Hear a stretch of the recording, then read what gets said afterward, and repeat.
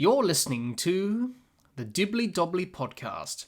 Remember to like, share, comment, subscribe, and click the bell to make sure you get the latest episodes of the podcast. Be sure to like and share our Facebook page and follow us on Twitter and on Instagram. Hi everyone and welcome back to another episode of the Dibbly Dobbly Podcast. On today's episode of the podcast, we review the first semi-final of the ICC T20 World Cup for 2022 between New Zealand and Pakistan from the SCG. It's the Dibbly Dobbly Podcast, and let's get started. Let's have a look at the match summary of the first semi-final of the ICC T20 World Cup for 2022 between New Zealand and Pakistan from the SCG. New Zealand batted first and made 4 for 152 from their 20 overs. Daryl Mitchell top scored with 53 not out. Shaheen Shah Afridi took 2 wickets for Pakistan. Pakistan needed 153 runs to win. They chased down the runs with ease, finishing on 3 for 153 from 19.1 overs. Mohammad Rizwan top scored with 57, and Trent Boult took 2 wickets for New Zealand. Pakistan won by 7 wickets, and Mohammad Rizwan was named Player of the Match. What were the key moments and key factors from the first semi-final of the ICC T20 World Cup for 2022 between New Zealand and Pakistan? The partnership between Kane Williamson and Daryl Mitchell of 68 for the 4th wicket helped New Zealand reach their score of 4 for 152 from their 20 overs after they were 3 for 49 inside 8 overs. The partnership between Mohammad Rizwan and Azam of 105 for the 1st wicket helped Pakistan chase down the target of 153, which guided Pakistan to victory by 7 wickets and helped them book a place in the ICC T20 World Cup 2022 final.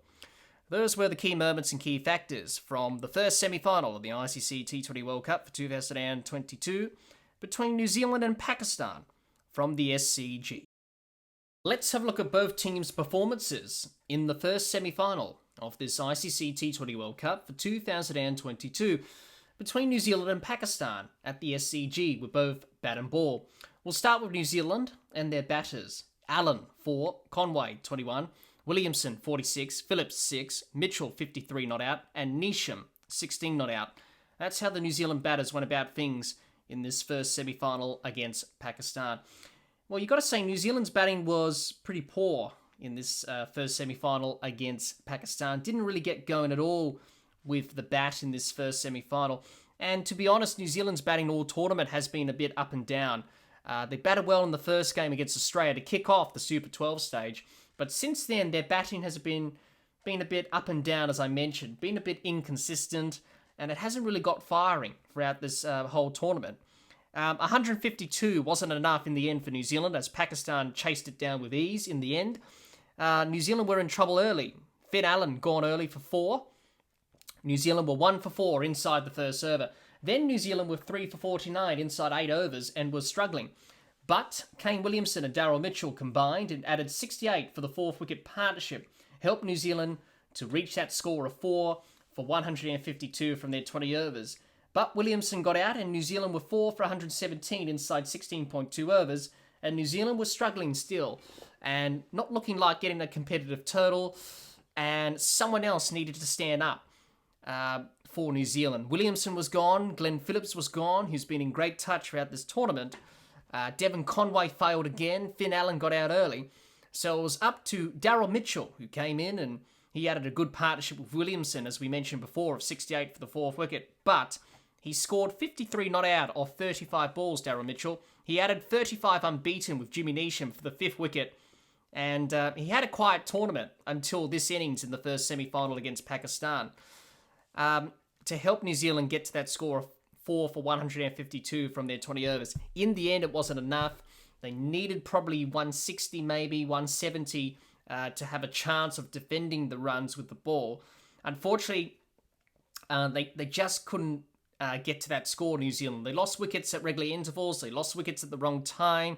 They didn't build big partnerships. They only had one 50-run partnership. That was Williamson and Mitchell, 68 for the 4th wicket. They struggled for their timing on this SCG wicket, which was a bit slow, and that sort of played into the hands of Pakistan, obviously, with the wicket being slow, not really fast. Their batters were able to get used to those conditions, and and score the runs. We'll talk about that when we talk about Pakistan in a minute. But for New Zealand, as I mentioned before, their batting's been up and down in this whole tournament. It hasn't really got firing. They've relied heavily on Glenn Phillips, who scored a majority of the runs in the last few games for New Zealand. Devon Conway and Finn Allen, since the first game against Australia at the SCG, both of them haven't looked their best. Kane Williamson's been under pressure for not scoring quickly enough. Daryl Mitchell, up until this innings of 53 not out, has had a quiet tournament. Same with Jimmy Neesham. So for New Zealand, their top order, as soon as you get through the top order and the middle order, then you're into the bowlers and all-rounders.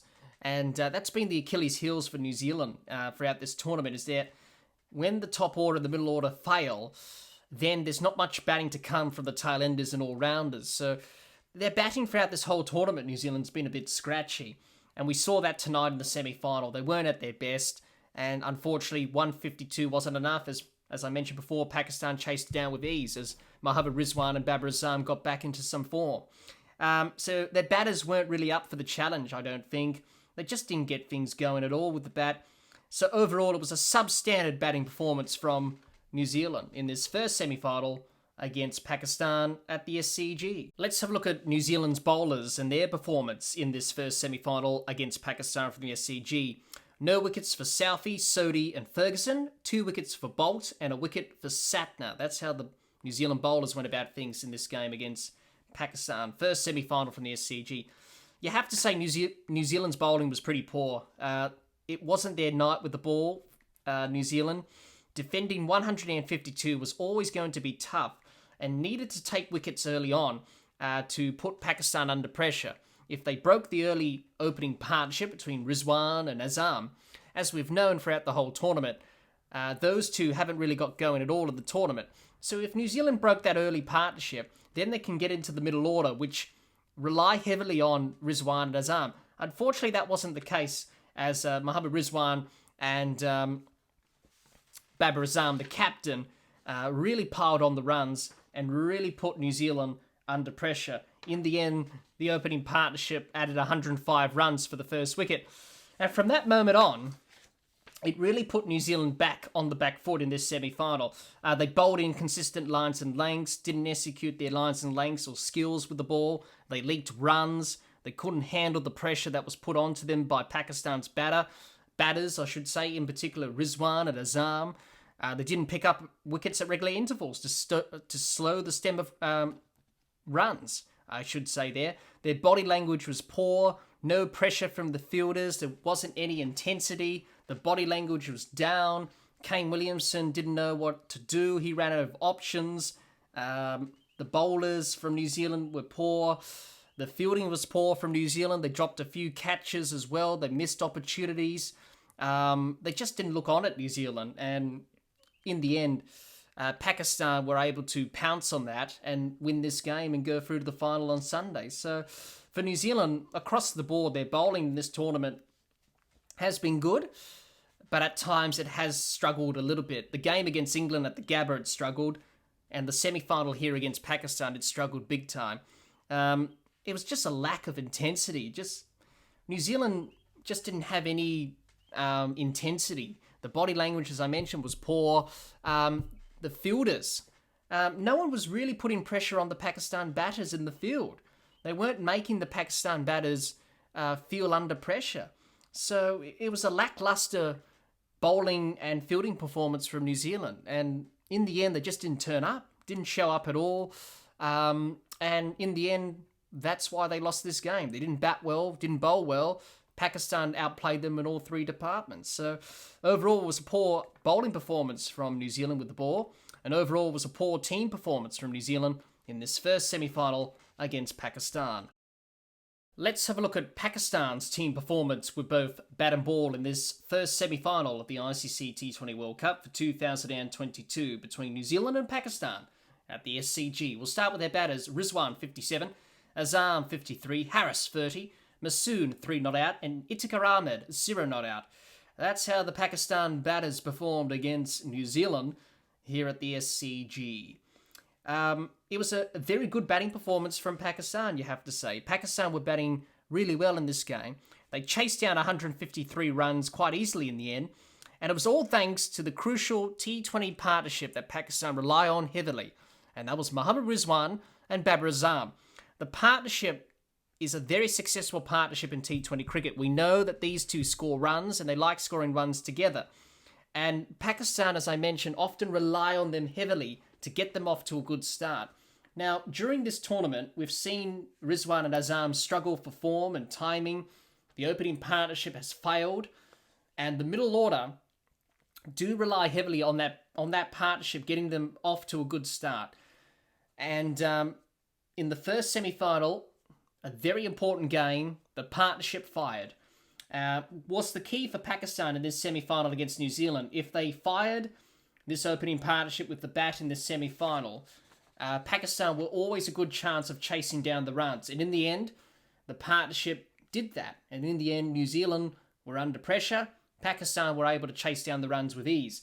The opening partnership, as I mentioned, hasn't fired at all that much throughout the tournament, but it did in this first semi-final against New Zealand.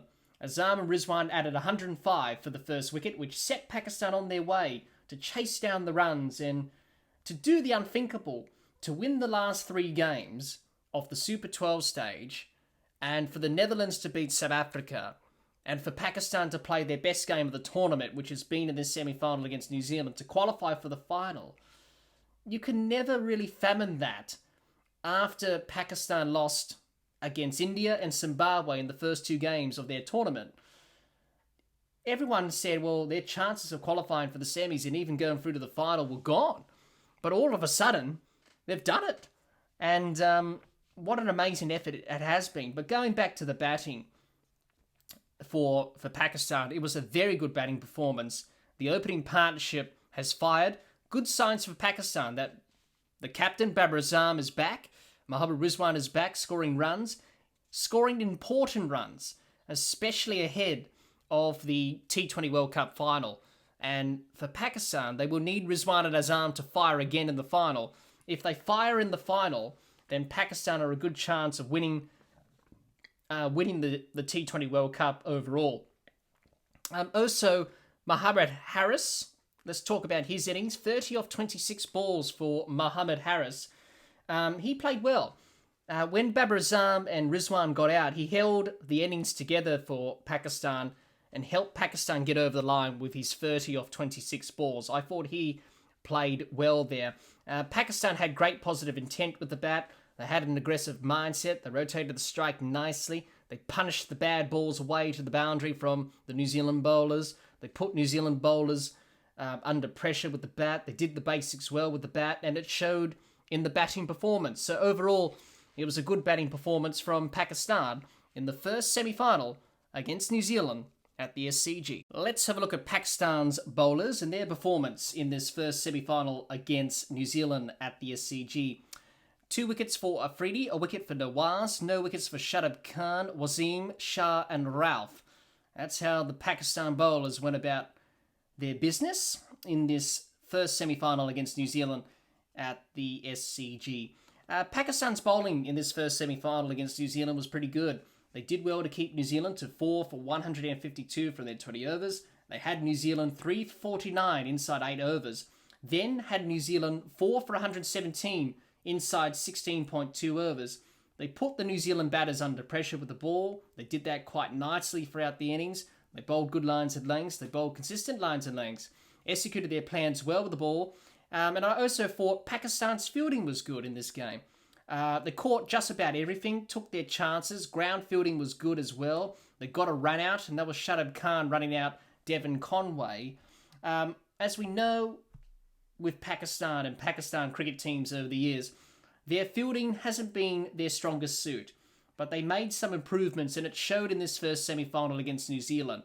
So it was a very good bowling and fielding performance from Pakistan. And this will give them tremendous confidence going into the final that their main bowlers like Afridi, Ralph, Shah, Wasim, Shadab Khan and Nawaz are taking wickets and doing their job with the ball. Now, obviously, Afridi and Nawaz were the wicket takers for Pakistan in this semi-final, but the other bowlers did their job and supported them nicely. As we know with Pakistan, they've got a very good bowling and attack.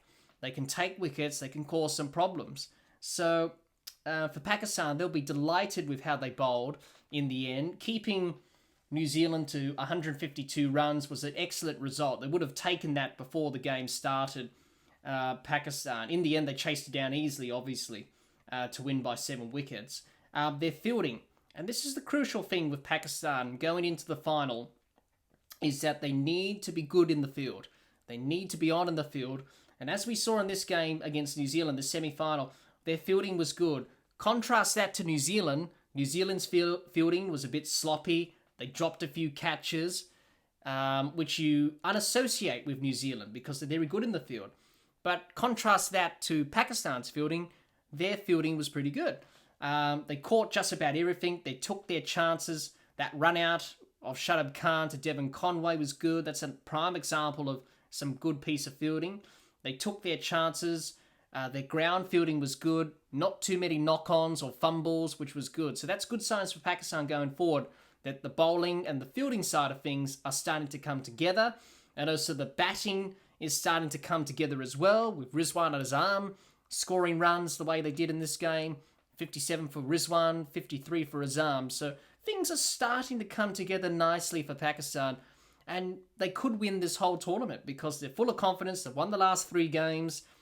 They're a good favourite to win this T20 World Cup because they're full of confidence. They're winning.